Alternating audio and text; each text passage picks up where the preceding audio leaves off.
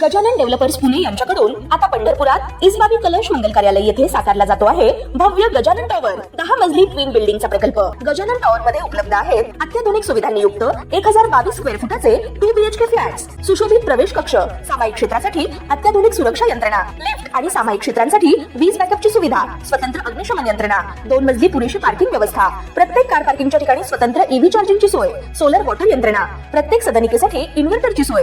इसबाबी कलश मंगल कार्यालय शेजारी साकारल्या जात असणाऱ्या गजानन टॉवर मध्ये आजच आपला हक्काचा आणि आधुनिक सुविधांनी परिपूर्ण अलिशान फ्रीसाठी संपर्क क्रमांक 7677700025। ताज्या घडामोडी पाहण्यासाठी PVN म्हणजेच पंढरी वार्ता न्यूज या चॅनलला सबस्क्राइब करा। आज सगळ्यांच्या माध्यमातून त्या ठिकाणी आम्ही निर्णय घेतलाय की शिवसेना पक्षात त्या ठिकाणी आम्ही जाणार आहेत।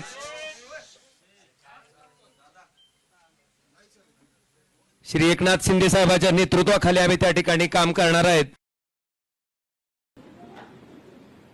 आम्ही ऑपरेशन अर्धवट करत नाही, फुलफूट करतो आणि ते तुम्हाला माहीत आहे।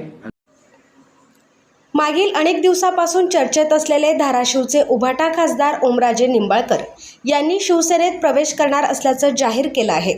आपण एकनाथ शिंदे यांच्या नेतृत्वात काम करणार आहे अशी घोषणा खासदार ओमराजे निंबाळकर यांनी केली आहे।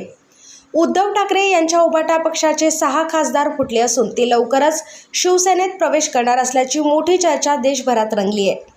एकनाथ शिंदे यांनी ऑपरेशन टायगर राबवल्याची चर्चा होती, मात्र त्याला दुजोरा मिळत नव्हता। अखेर ओमराजे निंबाळकर यांनी आज शिवसेनेत प्रवेश करणार असल्याचं जाहीर केल्याने ऑपरेशन टायगरवर शिक्कामोर्तब झालंय। भाजप